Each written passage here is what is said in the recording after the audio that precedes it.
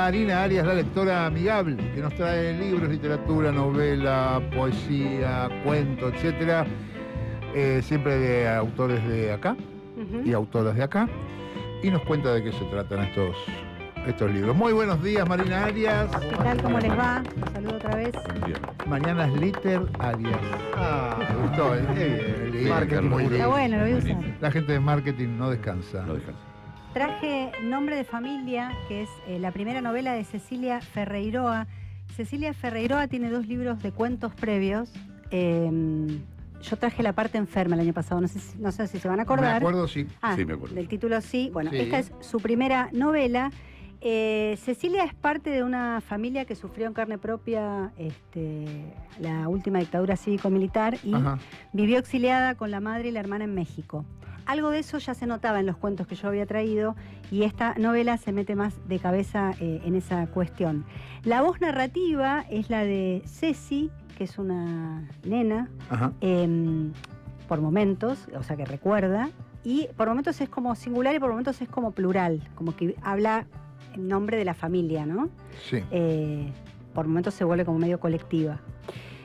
Es como un tapiz de estampas y de recuerdos sobre esta familia vinculada a la militancia, a la familia de Ferreiroa. Uno de los hermanos de la madre murió asesinado por la dictadura. Su abuela materna fue una de las fundadoras de la APDH de La Plata. Así que bueno, una familia muy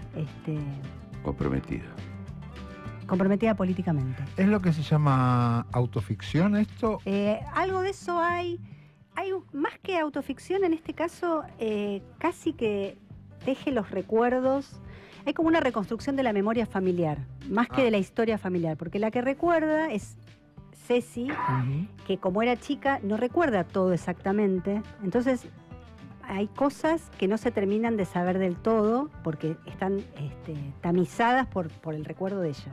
Entonces, más que una autoficción, yo diría que es una reconstrucción de la memoria familiar.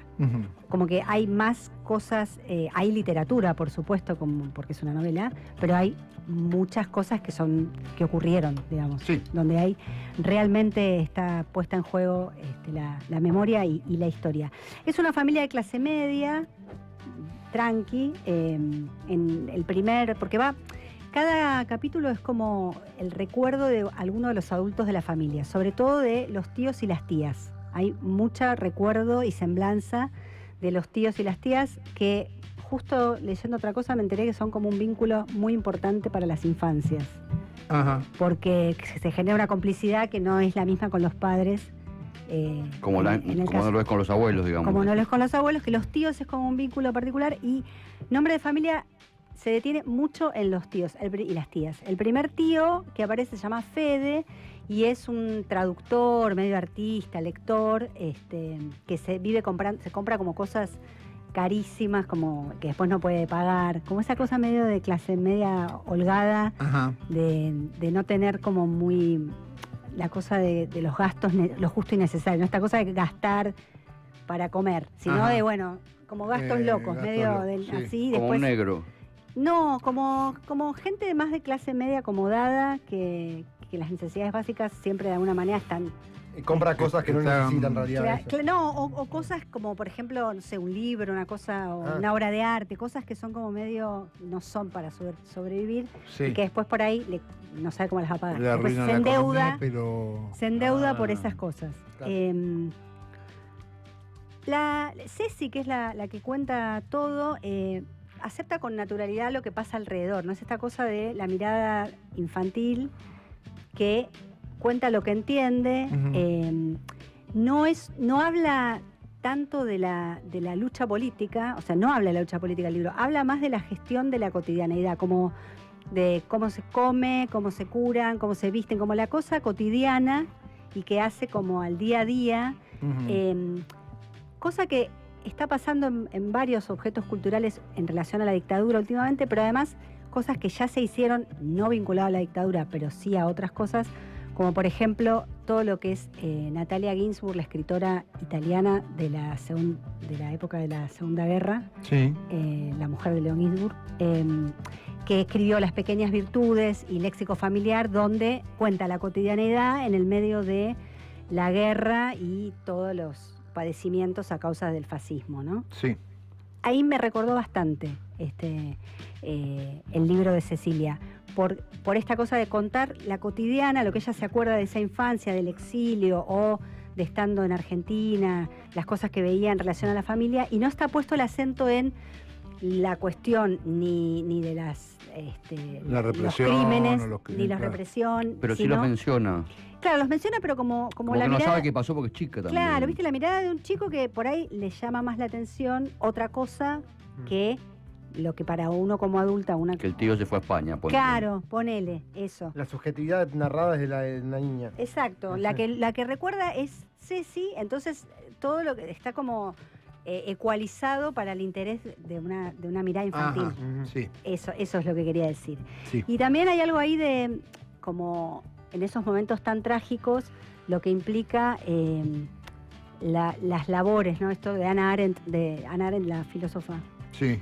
Ubican, de esta cosa de la banalidad del mal, de tejer, de cocinar, de la cuestión de las labores para que se hacen día a día en una casa, para llevar adelante una casa, como concentrarse en eso, en el medio de cuando todo se cae, el mundo se cae alrededor a pedazos, esas cosas cotidianas, cercanas, concretas y que hacen a la reproducción, iba a decir, como la reproducción de la vida, Sí. están puestas como en primer plano, ¿no? Eso dice Hannah Arendt. Eso dice Hannah Arendt, claro, cuando habla de esta cuestión de las labores. Hay una presencia muy fuerte, les decía, de los tíos y las tías, y hay una tía en particular que se llama Cecilia, por la cual casi al principio del libro explican que Cecilia Ferreiroa, se llama Cecilia por esa tía, que es muy lindo lo que dice sobre la tía, y les quería leer, y de paso les muestro cómo es que escribe Cecilia Ferreiroa. Dice así: su casa era algo en construcción, no porque estuviera inacabada, sino porque estaba en constante modificación, la casa de la tía. Sucesivas remodelaciones, reescrituras de planos, cuartos dentro de cuartos. La casa se transformaba, no se podía conocer a simple vista. Se veían pisos a diferente altura, escaleras atravesadas, ventanas altas, techos que bajaban o subían al pasar de un ambiente a otro. Cada lugar era nuevo y había que entenderlo en sí mismo. El tío Alfredo era arquitecto, apenas le faltaba una materia para terminar la carrera y la idea de una casa quieta y estable no congeniaba con su gusto por seguir trabajando los planos. Pero no era solo eso, también había algo de la impronta de mi tía Ceci.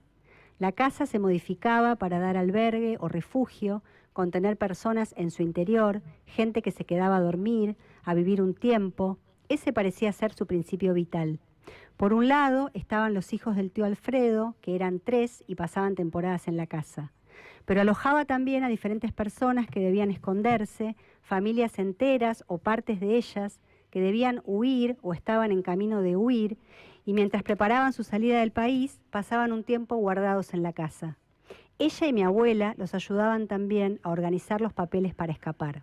En la escribanía hacían poderes para que uno de los padres sacara a sus hijos cuando faltaba el otro. Porque además tienen una escribanía. La tía Ceci labura con la abuela en una escribanía y parte de lo que hacen es esto de hacer los papeles. Que nada, me acordé que, bueno... No, decime, sí. Que en casa guardamos a una persona. Mira. A un amigo de mi viejo, una cosa rarísima, que él se lo volvió a encontrar, no sé, 20, 25 años después, porque habían sido compañeros de la facultad, y fuimos a Necochea, y nos lo encontramos en la playa, él era médico, y él estaba atendiendo la salita de la playa, esas cosas que no sé si ahora siguen existiendo, que había una salita que bancaba la municipalidad, y alguien se lastimó, yo no sé, fui yo, qué sé yo, y fuimos ahí, y estaba este chabón, y de ahí reconstruyeron esta relación, una amistad más o menos, de cuando eran estudiantes, imagínate, un montón de años después. Y al tipo lo perseguían. Y mi viejo... ¿La dictadura? Sí. Bueno, otro día lo cuento. Bueno, pero estuvo en casa. Pero digo, no, pero pensaba también más allá de la cosa esta que yo hacía años que no me acordaba. ¿A cuántos argentinos? Porque mi casa era una casa de clase media absolutamente tonta, y sin No embargo... así, pero sí, no vinculada con la política como la familia. O sea, bobada total, embobada total, y sin embargo pasó esto, guardamos a un chabón. Es la historia de muchos. Yo no lo viví, pero mi viejo me cuenta que en la casa de mi abuelo hicieron en el patio casa chorizo para también... y también tenían organizado porque pasaban los pibes. Claro, y se escondían ahí. Claro. También. Sí, es conmovedor, ¿no? Estamos hablando así, porque para salvar la vida, ¿no? Estabas jugándote entre seguir vivo o que te asesinaran. Bueno, mucho de eso cuenta Nombre de Familia. A mí también me hizo acordar, y de paso lo menciono, un libro de Irene Grus, que es una poeta que falleció hace unos años, recontra famosa argentina, que se llama Una letra familiar. En ese libro, ella, desde la mirada de niña, digamos desde adulta, pero que reconstruye la voz de una niña, que habla de la cotidianeidad vinculada a la militancia en la FEDE y en el PC, pero que está esta cosa de cómo se ve con los ojos de alguien muy joven esto, ¿no? Como ella como cuenta acá Cecilia Ferreroa, cómo ve las cosas que hacía la tía en la casa, ¿no? Como que no está subrayado, no sé cómo explicarlo, pero no está puesto como con signos de admiración, ni como con énfasis, ni hay como, no sé, como pistas de cómo tenés que sentirte, ¿no? Como algo medio, como ven los chicos, que ven como más desprejuiciado, claro. Quiero decir, como naturalizado, claro. En ese sentido. Bueno, les decía que a mí me resonaron varias cosas, pero de todas maneras le pregunté a Cecilia Ferreroa qué lecturas, qué libros ella sentía que estaban detrás de Nombre de Familia, y Cecilia Ferreroa me contestó esto. Durante la escritura del libro hubo algunas lecturas que instalaron interrogantes que me acompañaron. En busca del tiempo perdido me llevó a pensar en la continuidad y la variación que se da a lo largo de una familia, en el mantenimiento de cierto aire de familia y en la variación respecto de él. La autobiografía de Eudora Welty y al final de la escritura del libro Léxico Familiar de Natalia Ginsburg me llevaron a prestar atención en la escucha, en las expresiones y las formas de hablar de cada miembro de la familia. Y quizás la cámara lúcida de Roland Barthes me llevó a prestar atención en la mirada, en la posibilidad de detenerme en detalles significativos. Bueno, ahí ella decía esto de habla un poco de la oralidad y cómo ciertas lecturas le ayudaron a reconstruir las voces. Y es muy interesante porque en Itálica, en la novela, aparecen frases textuales que circulan en la familia, tipo sentencias, que van a ver que es como muy en todas las familias. El negro es un gran dibujante, debió estudiar arquitectura. Está en negrita, como cosas que decían diferentes miembros de la familia. Sí.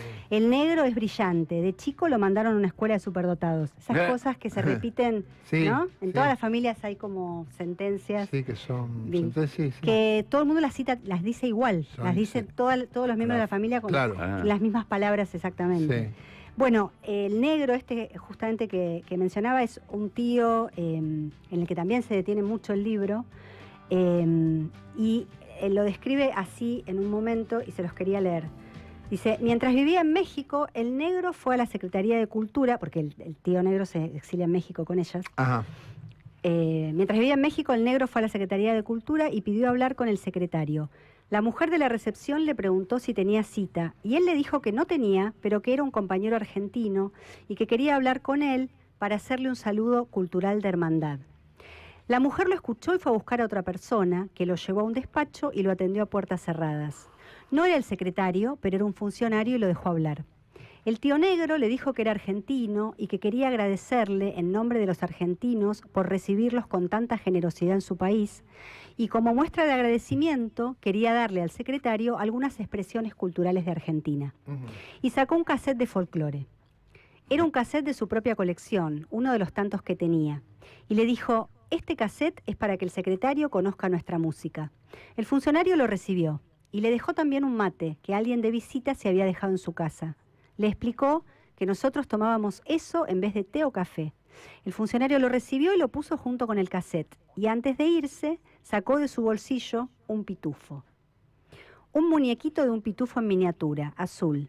Le quiero dejar este pitufo. Y se lo extendió y el funcionario lo tomó entre sus dedos como símbolo del contacto entre nuestros pueblos. Y después de darle esas 3 cosas, se fue. Unas semanas después recibió una carta del secretario de Cultura en la que le agradecía el cassette, el mate y el simpático pitufo. Unos años antes de su muerte, el negro vino a saludarme por mi cumpleaños y trajo su regalo en una bolsa blanca.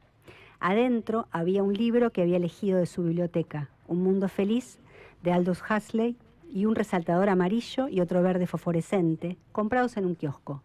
De ahí era la bolsa. Le había parecido que el libro no era suficiente regalo y había pasado por un kiosco. O le había parecido que el regalo se completaba con los marcadores para resaltar las partes más interesantes. O quizás los marcadores no eran para el libro y la lectura, sino que servían para el cuaderno en el que se escribiera algo.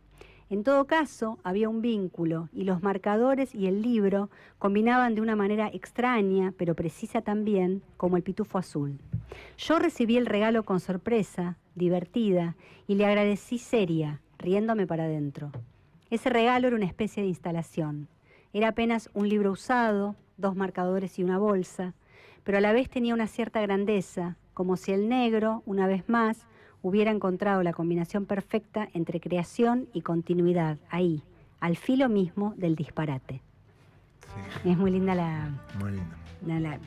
Bueno, porque este tío tiene muchos problemas económicos también, pero todo el regalo que le construye. Bueno, el tiempo es bastante espiralado, no es cronológico el relato. Va recordando diferentes tías, tíos, hay algo de la madre también y de la abuela, pero va y viene, ¿no? En el tiempo, capítulo a capítulo. ¿Y también tiene partes en Argentina y partes en México? Tiene partes en Argentina, tiene partes en México. Tiene una parte muy linda que cuenta que se meten al mar ella y la hermana con el tío negro en México, a lo hondo. Y no sé si yo tengo el recuerdo de meterme con alguien grande, un tío, sí, a lo que te llevaran a lo hondo, y todo lo que la emoción de ir a donde no hacías pie, bueno, es muy... Es conmovedor porque es como muy, sí, emotivo, ¿no? Y está muy bien y es construido. Algo que, bueno, que tuvimos la suerte, lo vivimos, es muy emocionante, chico, sí, saber que estás en lo hondo. Obvio. No, pero además como lo cuenta Cecilia Ferreiroa, que es que como la mezcla de que se te mete el agua en la nariz y la sal y la cosa, y la emoción, está como súper bien descrita esa escena. Hay muchas mudanzas también, porque bueno, tiene que ver con una familia perseguida, entonces son mudanzas bastante obligadas, pero bueno, cambian de casa y está esta cosa de la casa de Cecilia que siempre está en refacción. Y al final hay un relato largo que es casi una novela, podría ser una novela corta aparte, que se llama La mujer biónica, y cuenta la historia de una tía que es la tía Mota, que es renga, y te cuenta como toda la vida. Y no despierta mucha empatía el personaje, como que la tía es como complicada, ¿no? Y los rengo, ¿viste? Lo que se dice del rengo, No, está como muy bien construida la ambigüedad, esta cosa de, bueno, los personajes no hay por qué idealizar a todo el mundo, y además te hace que los sigas aunque no empatices con el personaje, ¿no? Está bueno eso también. Sí, claro. Como que te atrapa aunque la tía Mota no te caiga del todo bien. Un poco la línea, alguna vez hablé yo acá de Flannery O'Connor, que era una escritora norteamericana de la década del 40, que hacía eso, construía unos personajes que no te despertaban ninguna empatía y sin embargo leías igual, ¿no? Claro. Y además, bueno, porque Flannery O'Connor tiene varios cuentos donde hay personas también rengas y esas cosas. Bueno, pero es porque es una, digamos que está metido en la peor tragedia que hemos vivido en la Argentina, pero tiene un tono tranca, ¿no? Tiene ese tono que te estoy diciendo, que es que no está puesto el acento en la cuestión, ni la lucha política, ni en los asesinatos, ahí no está puesto el foco, sino que el foco está puesto en esto, en ir contando lo que ve una nena de su familia, y que una familia para la cual cotidianamente están ayudando gente, se están yendo a vivir a México, claro. O volviendo. En un momento una parte de la familia queda en Buenos Aires, otra en La Plata. Bueno, eso, está como puesto el foco ahí. Nombre de familia, Cecilia Ferreiroa, se los recomiendo. Recién salió, lo está presentando por todos lados. Bueno, muchísimas gracias. No, gracias a ustedes. Esto fue la lectora amigable Marina Arias. Muchísimas gracias, ya venimos. Un mundo en tu radio.